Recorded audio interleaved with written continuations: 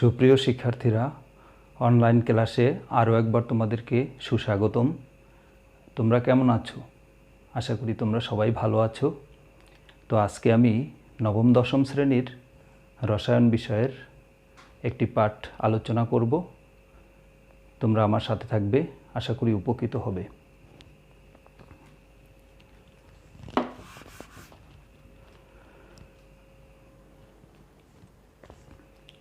তোমরা লক্ষ্য করো,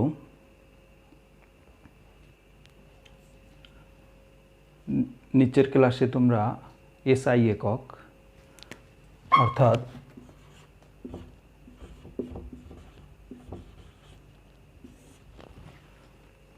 মৌলিক রাশির এসআই এককগুলি শিখেছ। তো আশা করি তোমরা সেগুলি বলতে পারবে। আমি দুই একটা মৌলিক রাশির একক জানতে চাইব, তোমরা স্মরণ করবে। তো সময়ের মৌলিক একক, হ্যাঁ রাইট, সময়ের মৌলিক একক হলো সেকেন্ড।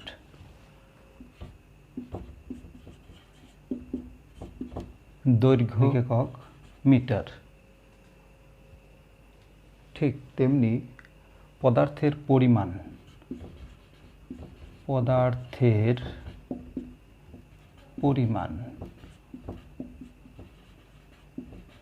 এর একক কি বলো তো? রাইট, পদার্থের পরিমাণের মৌলিক একক হলো মোল। তাহলে আজকে আমরা এই মোল এবং মোল সম্পর্কিত ধারণা নিয়েই আমাদের রসায়নের একটি চ্যাপ্টার, ষষ্ঠ অধ্যায়, অর্থাৎ মোলের ধারণা ও রাসায়নিক গণনা, ষষ্ঠ অধ্যায়।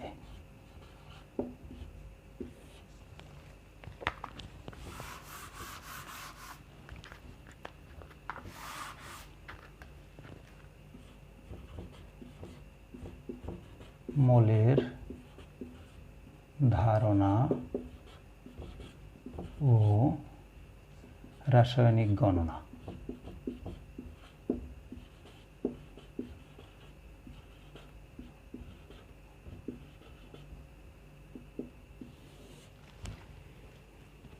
এই চ্যাপ্টার নিয়ে একটু আলোচনা করব।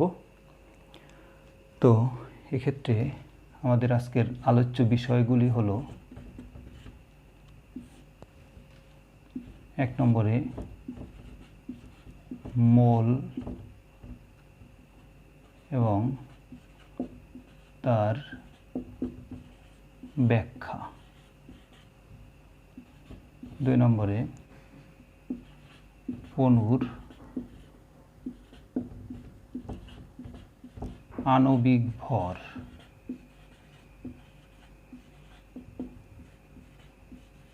বের করার পদ্ধতি।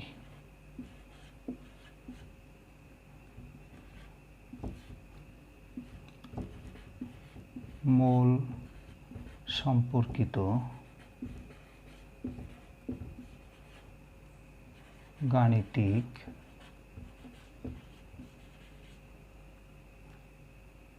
হিসাব। এবং আর একটা বিষয় আলোচনা করব, গ্যাসের মোলার আয়তন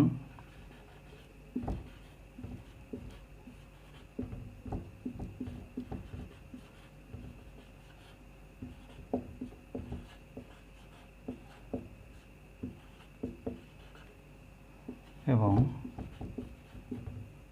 এ সম্পর্কিত গাণিতিক সমস্যা।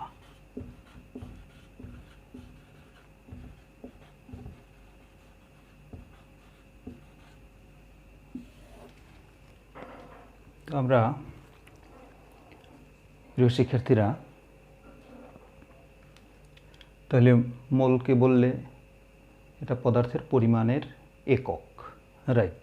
তাহলে আমরা বলতে পারি যে রাসায়নিক পদার্থ পরিমাপের একক হলো মোল। রাসায়নিক পদার্থ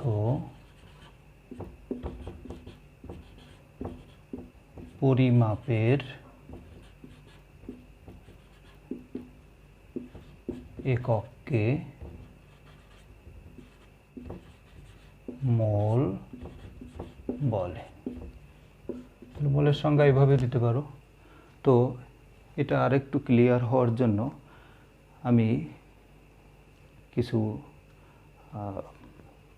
উদাহরণ আনব। তোমরা এগুলো জানো। সাপোজ 1 ডজন কমলা সমান কতটি কমলা? রাইট, 12টি কমলা।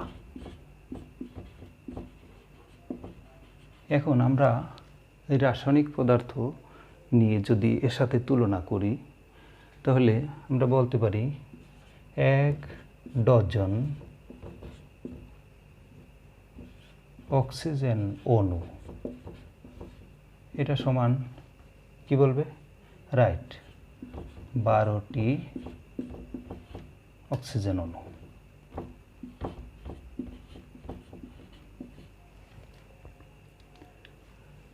আবার যদি বলা হয় 1 শতক অক্সিজেন অণু, এটা সমান কি বলবে? রাইট, 100টি অক্সিজেন অণু। আবার যদি বলা হয় 1 সহস্র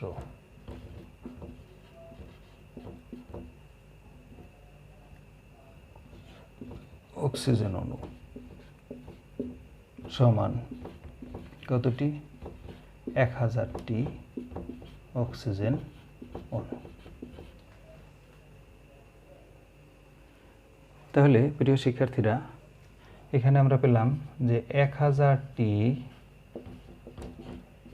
অক্সিজেন অণু সমান, সেটাকে আমরা কি বলছি?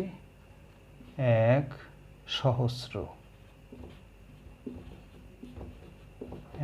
সহস্র অক্সিজেন অণু।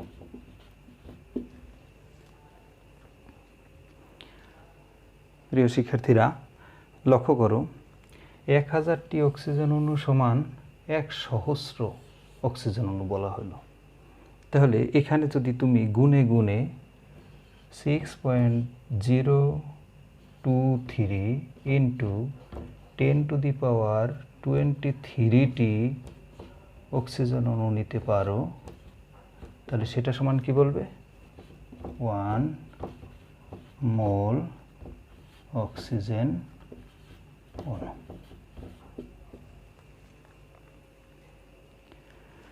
তাহলে এখানে যে এই সংখ্যাটি তোমরা দেখতে পাচ্ছ, এটার একটা স্পেশাল নাম আছে। এটি সর্বপ্রথম আবিষ্কার করেন ইতালির বিজ্ঞানী অ্যামেদিও অ্যাভোগাড্রো।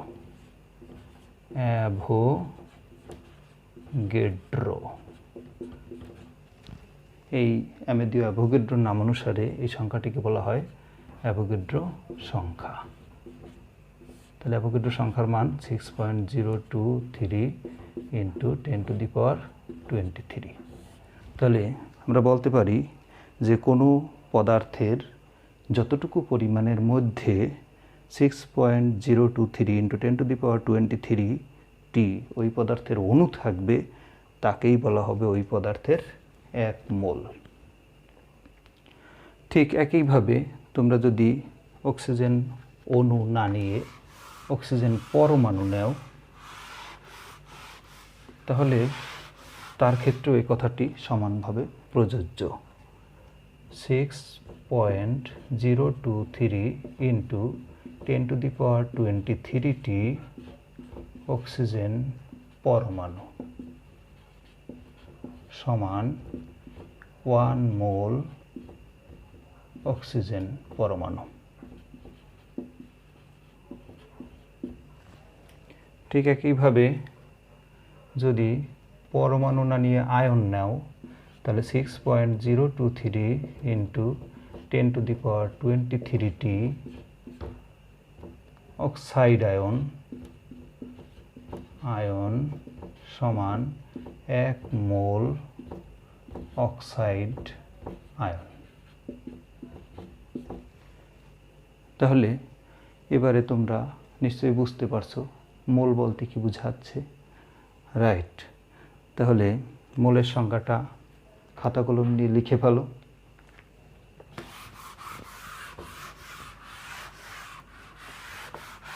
কোনো পদার্থের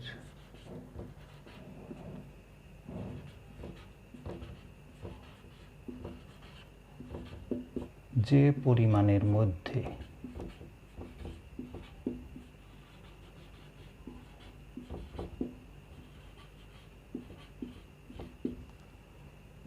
সিক্স 6.023 into 10⁻23t অণু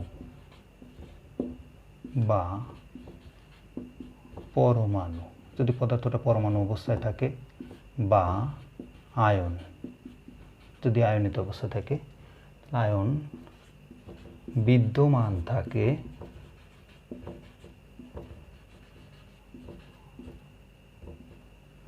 তাকে ওই পদার্থের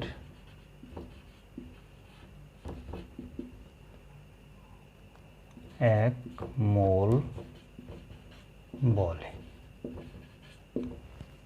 প্রিয় শিক্ষার্থীরা, তাহলে মোলের সংখ্যাটা লিখে ফেলেছ। ওকে, এবারে মোল এবং তার ব্যাখ্যা হয়ে গেল। এবারে আমরা একটু অণুর আণবিক ভর বের করার পদ্ধতি এটা আলোচনা করব।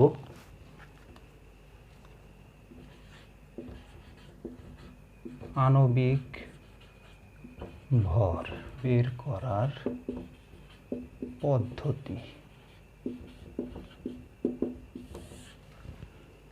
প্রিয় শিক্ষার্থীরা, তোমরা আণবিক সংকেত এটা শিখেছ। হ্যাঁ, আণবিক ভর বের করতে হলে বস্তুটির আণবিক সংকেত, সঠিক আণবিক সংকেতটি তোমাকে জানতে হবে।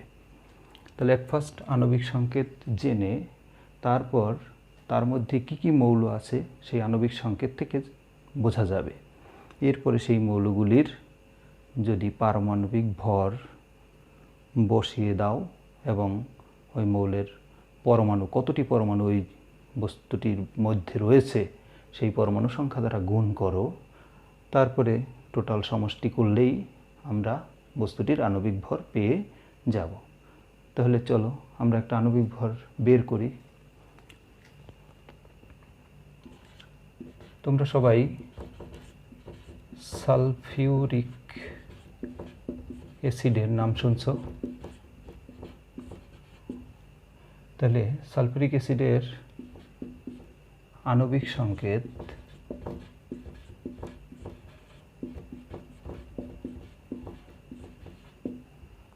কি হবে? Right, H2SO4। তাহলে এবারে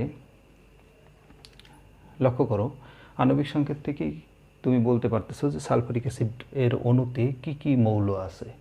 তাহলে কি কি মৌল আছে? হাইড্রোজেন মৌল আছে, সালফার মৌল আছে, অক্সিজেন মৌল আছে। রাইট, তাহলে তোমার অ্যাট ফার্স্ট যেটা জানতে হবে আণবিক সংকেতটা, এরপরে সেই আণবিক সংকেতে থেকে মৌলের পারমাণবিক ভরটা তোমার জানা থাকতে হবে। তাহলে এখানে সালফিউরিক অ্যাসিডের অণুতে বিদ্যমান হাইড্রোজেনের পারমাণবিক ভর কত? আমরা সাধারণত 1 ধরে থাকি, 1.008। তাহলে 1 লিখব। এরপরে দেখো আর আছে কি? সালফার। সালফারের পারমাণবিক ভর কত? 32। অক্সিজেনের পারমাণবিক ভর কত? 16। তাহলে এবারে আসো, এই পারমাণবিক ভরগুলি দেখো, অণুতে যতগুলি মৌলের যতগুলি পরমাণু আছে সেই পরমাণু সংখ্যা দিয়া স্ব মৌলের পারমাণবিক ভরকে গুণ করতে হবে। লক্ষ্য করো, তাহলে সালফিউরিক অ্যাসিডের আণবিক ভর H2SO4 এর আণবিক ভর ভর সমান কত হবে? লক্ষ্য করো এখানে হাইড্রোজেন আছে কয়টা? 2টা পরমাণু আছে। হাইড্রোজেনের পারমাণবিক ভর 1, 2 দিয়ে গুণন করতে হবে, এর সাথে যোগ করতে হবে সালফারের পারমাণবিক ভর কত? 32, 32 আছে কয়টা? একটা আছে পরমাণু। তাহলে এর সাথে আবার যোগ করতে হবে অক্সিজেনেরটা, অক্সিজেনের পারমাণবিক ভর 16 আছে কয়টা? 4টা, 4 দিয়ে গুণ। তাহলে এবারে তুমি ক্যালকুলেশন করো, তাহলে 2 + 32 + 64 তাহলে কত হলো? 98। তাহলে আমরা সালফারিক অ্যাসিডের আণবিক ভর পেয়ে গেলাম। তো এভাবে আমরা যে কোনো বস্তুর আণবিক ভর বের করতে পারবো। এবারে আণবিক ভর বের করার পরে এই আণবিক ভরের সাথে মোলের একটা সম্পর্ক রয়েছে। তুমি যদি কোনো বস্তুর আণবিক ভরকে গ্রাম এককে প্রকাশ করো এবং তত গ্রাম এর মধ্যে যদি তুমি অণুর সংখ্যা, ওই বস্তুর অণুর সংখ্যা কাউন্ট করতে পারো, তাহলে সেই অণুর সংখ্যাটা হবে অ্যাভোগাড্রোর সংখ্যার সমান। অর্থাৎ সালফারিক অ্যাসিডের 98 গ্রাম যদি নাও, এই 98 গ্রাম সালফিউরিক অ্যাসিড এর মধ্যে এর অণু কাউন্ট করলে কত পাওয়া যাবে? রাইট, 6.023 × 10⁻23t অণু সালফারিক অ্যাসিডের অণু পাওয়া যাবে। তাহলে আমরা এই এতটি অণু মানে কি? 1 মোল H2SO4 অণু, এটা বলা যায়। তাহলে আমরা বলতে পারি যে কোনো বস্তুর গ্রাম আণবিক ভরকেই ওই বস্তুর মোল বলে। আবার যদি কোনো বস্তু পারমাণবিক অবস্থায় থাকে তখন আবার তার গ্রাম পারমাণবিক ভরকেই তার 1 মোল বলা হবে। যেমন তোমরা যদি অক্সিজেনের কথাই ধরো, তাহলে 1 মোল অক্সিজেন পরমাণু যদি বলা হয়, অণু না বলে, তাহলে সেক্ষেত্রে 6 কত? অক্সিজেনের পারমাণবিক ভর হলো 16, তাহলে 16 গ্রাম অক্সিজেন পরমাণুকে বোঝাবে। আবার 1 মোল CO2 কার্বন ডাইঅক্সাইড অণুর কথা যদি বলা হয়, তাহলে সেটা কত হবে? কার্বন ডাইঅক্সাইডের আণবিক ভর বের করলে 44 গ্রাম কার্বন ডাইঅক্সাইড, এটা কি বলা হবে? 1 মোল কার্বন ডাইঅক্সাইড অণু। তাহলে এভাবে আমরা দেখতে পেলাম যে মোলের সাথে আণবিক ভরের একটা সম্পর্ক রয়েছে। তাহলে তোমরা বাসায় এরকম বিভিন্ন রাসায়নিক দ্রব্যের আণবিক সংকেত লিখে তার আণবিক ভর বের করার প্র্যাকটিস করবে। এবারে আমরা মোল সম্পর্কিত কিছু গাণিতিক হিসাব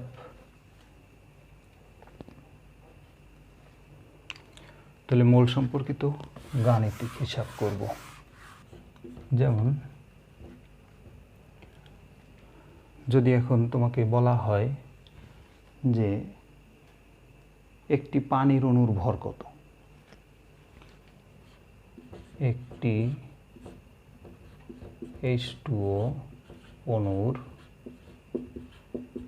ভর কত, তাহলে এটা হিসাব করতে হলে তোমাকে প্রথমে কি করতে হবে? 1 মোল পানি, অর্থাৎ মোলের সাথে পানির ভরের যে সম্পর্কটা সেটা দিয়ে আগাতে হবে। তাহলে দেখো 1 মোল পানি H2O সমান কত গ্রাম? এখানে আণবিক ভর বের করো, হাইড্রোজেনের 1 গুণ 2 যোগ অক্সিজেনের 16 গুণ 1 গ্রাম, অর্থাৎ কত হবে? 2 16 18 গ্রাম পানি। তাহলে একটি পানির অণুর ভর কত বা কত গ্রাম?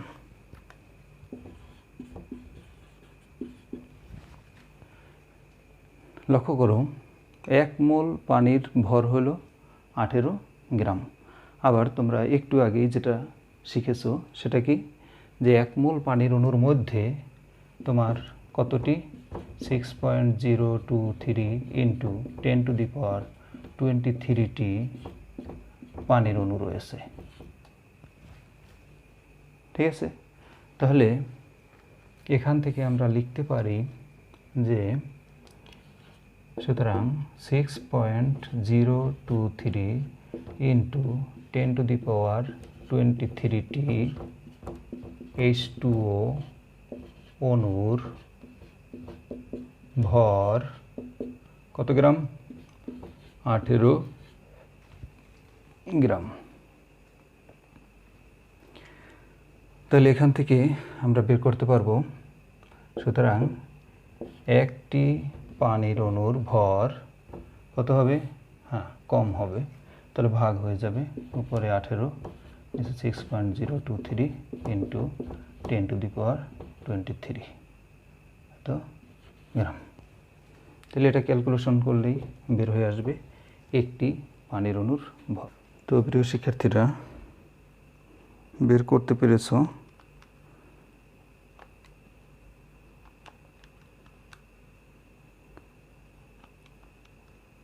(6.023) 2.99 ইন্টু 10 ইনভার্স 23 গ্রাম। ওকে, তাহলে আমরা পেয়ে গেলাম 2.99 ইন্টু 10 ইনভার্স 23 গ্রাম। এভাবে যদি তোমাকে বলা হয় এখানে একটি না বলে যে 5টি বা 50টি বা 100টি পানির অণুর ভর কত গ্রাম, তাও তুমি এভাবে ঐকিক নিয়মে বের করে ফেলতে পারবে। ওকে, থ্যাংক ইউ। এরপরে যদি তোমাকে বলা হয় যে 50 গ্রাম CO2-তে কতটি CO2 কার্বন ডাই অক্সাইড অণু থাকে, তাহলে এই গাণিতিক সমস্যার সমাধানও এই একই নিয়মে করা যাবে। অ্যাট ফার্স্ট তোমাকে লিখতে হবে যে 1 মোল CO2 কার্বন ডাই অক্সাইড সমান কত, একটু আগে তোমরা বের করেছিলে 44 গ্রাম। তাহলে এখানে 44 গ্রাম আবার সমতুল্য কি 6.023 ইন্টু 10⁻23টি কার্বন ডাই অক্সাইড অণু। ঠিক আছে, তাহলে লক্ষ্য করো, এখানে তোমরা বলতে পারো যে 44 গ্রাম কার্বন ডাই অক্সাইড এর মধ্যে অণু রয়েছে 6.023 ইন্টু 10⁻23টি। রাইট। প্রিয় শিক্ষার্থীরা, তাহলে লক্ষ্য করো 44 গ্রাম CO2-তে অণু থাকে কতটি? Right, 6.023 into 10⁻23টি।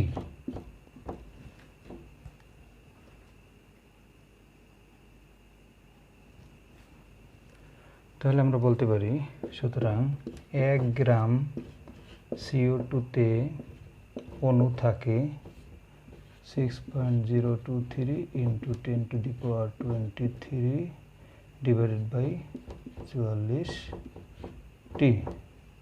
সুতরাং 50 গ্রাম CO2-তে অণু থাকে 6.023 into 10⁻23 into 50 divided by 44t। তাহলে এটা একটু ক্যালকুলেশন করো। 6.84 ইন্টু 10⁻23t। তাহলে এতটি কি কার্বন ডাইঅক্সাইড অণু 50 গ্রামের মধ্যে রয়েছে, 50 গ্রাম কার্বন ডাইঅক্সাইডের মধ্যে। ঠিক এভাবে আমরা 500 গ্রাম, 100 গ্রাম, 1000 গ্রাম, যত গ্রাম গ্যাসীয় পদার্থ বলা হোক না কেন, তার মধ্যে ওই গ্যাসের অণু নির্ণয় করতে পারবো। ওকে, তাহলে এবারে আসো গ্যাসের মোলার আয়তন এবং তার সম্পর্কিত কিছু গাণিতিক সমস্যা আমরা এখন আলোচনা করব। মোলার আয়তন।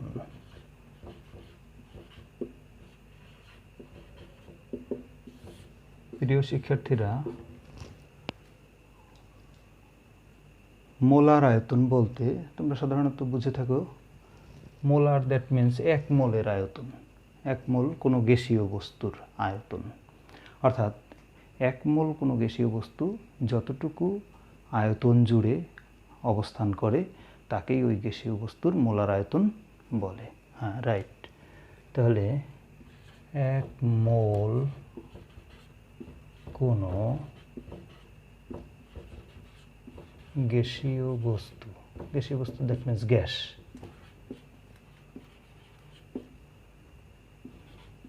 যতটুকু বা যে পরিমাণ আয়তন দখল করে অবস্থান করে তাকে ওই গ্যাসের মোলার আয়তন বলে। প্রিয় শিক্ষার্থীরা, তাহলে তোমরা এখানে একটু চিন্তা করো,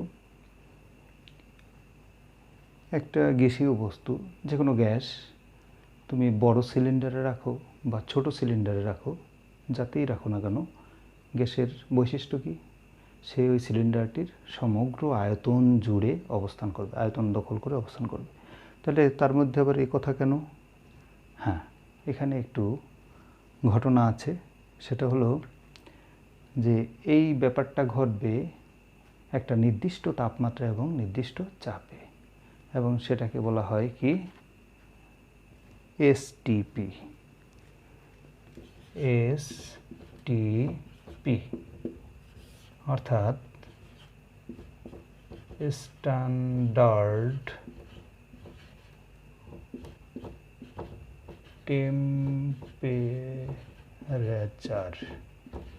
টেম্পারেচার অ্যান্ড প্রেশার।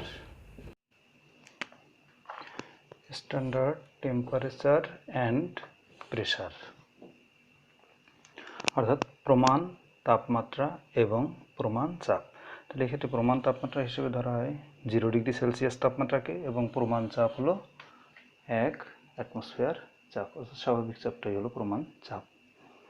তাহলে এই প্রমাণ তাপমাত্রা এবং চাপে, অর্থাৎ 0 ডিগ্রি সেলসিয়াস তাপমাত্রা এবং 1 অ্যাটমসফিয়ার চাপে, তখন যে কোনো গ্যাসীয় বস্তুর, অর্থাৎ যে কোনো গ্যাসের 1 মোল পরিমাণ নিলে তখন সে ওই সিলিন্ডারের মধ্যে একটা নির্দিষ্ট আয়তন জুড়ে অবস্থান করবে, এবং সেই আয়তনটাকেই বলা হবে ওই গ্যাসের মোলার আয়তন। যেমন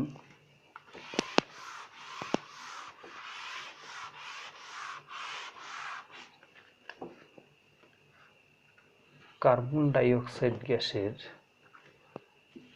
1 মোল যদি নাও, তাহলে 1 মোল কার্বন ডাইঅক্সাইড সমান কত গ্রাম? হ্যাঁ, 44 গ্রাম কার্বন ডাইঅক্সাইড। তাহলে এই 44 গ্রাম কার্বন ডাইঅক্সাইড একটা সিলিন্ডারের মধ্যে নিলে তখন সে সিলিন্ডারের একটা নির্দিষ্ট আয়তন জুড়ে অবস্থান করে, এবং সেইটা সর্বপ্রথম পরীক্ষা করে বের করেছেন ওই অ্যামেলিও অ্যাভোগাড্রো।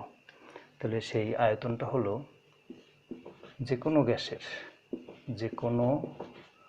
গ্যাসের মোলার আয়তন এসটিপিতে যে কোনো গ্যাসের মোলার আয়তন সমান এবং তা হলো 22.4 লিটার। তাহলে এখানে আমরা বলতে পারি যে কার্বন ডাইঅক্সাইড গ্যাসকেও যদি একটা বৃহৎ সিলিন্ডারের মধ্যে রাখা হয় তাহলে সে অনলি কত 22.4 লিটার আয়তন জুড়ে অবস্থান করবে। কতটুকু carbon dioxide? 44 gram carbon dioxide, that means 1 mole carbon dioxide. তাহলে কার্বন ডাইঅক্সাইডের মোলার আয়তন হলো 22.4 লিটার। ঠিক একইভাবে 1 মোল যদি অন্য একটা গ্যাস নাও, মনে করো অ্যামোনিয়া গ্যাস, তাহলে সেই অ্যামোনিয়া গ্যাস সমান হলো কত? 17 গ্রাম অ্যামোনিয়া গ্যাস। তাহলে এই 17 গ্রাম অ্যামোনিয়া গ্যাস নিয়ে এসটিপিতে যদি কোনো সিলিন্ডারে রাখা হয় তাহলে সে কতটুকু আয়তন জুড়ে অবস্থান করবে? রাইট, 22.4 লিটার আয়তন জুড়ে অবস্থান করবে। তাহলে এটা হলো মোলার আয়তন। এখন মোলার আয়তন সম্পর্কিত কিছু গাণিতিক সমস্যা আমরা দেখব।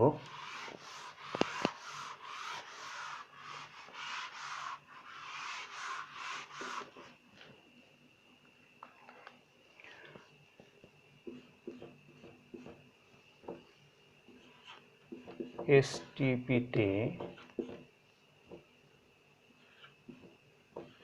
50 গ্রাম অক্সিজেন গ্যাসের আয়তন কত লিটার? তাহলে এটা তোমরা বের করতে পারবে। দেখো এখানে 1 মোল অক্সিজেন গ্যাস সমান কত গ্রাম? 16 গুণ 2 গ্রাম, অর্থাৎ 32 গ্রাম। তাহলে দেখো এই 32 gram oxygen gas, that means 1 mole oxygen gas, এইটা এসটিপিতে কতটুকু আয়তন জুড়ে অবস্থান করবে? 32 গ্রাম অক্সিজেন গ্যাস। রাইট, তাহলে এই 32 gram oxygen gas, that means 1 mole oxygen gas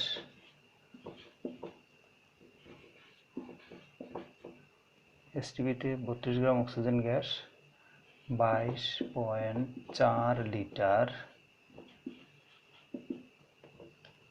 আয়তন জুড়ে অবস্থান করে, আয়তন দখল করে। তাহলে এখান থেকে আমরা ক্যালকুলেশন করতে পারি যে 32 গ্রাম অক্সিজেন এর আয়তন কত? 22.4 লিটার। সুতরাং 1 গ্রাম অক্সিজেনের আয়তন 22.4 বাই 32 লিটার। সুতরাং 50 গ্রাম অক্সিজেনের আয়তন 22.4 ইন্টু 50 ডিভাইডেড বাই 32 লিটার। তাহলে এখানে যদি ক্যালকুলেশন করো তাহলে কত পাবে? 22.4 ইন্টু 50 ডিভাইডেড বাই 32, তাহলে 35 লিটার। তাহলে 50 গ্রাম অক্সিজেনের আয়তন হলো 35 লিটার। তাহলে এভাবে 50 গ্রাম না বলে তোমাকে যদি 500 গ্রাম বলে 1000 গ্রাম অক্সিজেন গ্যাসের আয়তন কত তাও বের করা যাবে।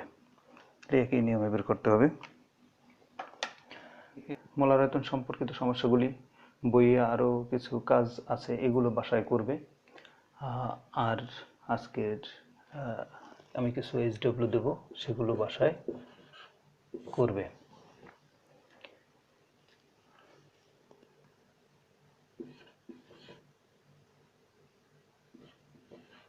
একশোটি CO2 অণুর ভর কত গ্রাম তা বের করো। STP-তে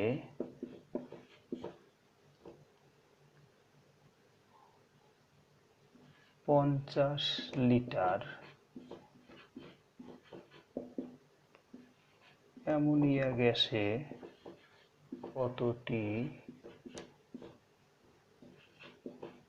অণু থাকে তা নির্ণয় করো। প্রিয় শিক্ষার্থীরা, এই এইচডব্লিউ দুটো বাসায় করবে। সবাই ভালো থেকো, নিরাপদে থেকো, সুস্থ থেকো। ধন্যবাদ।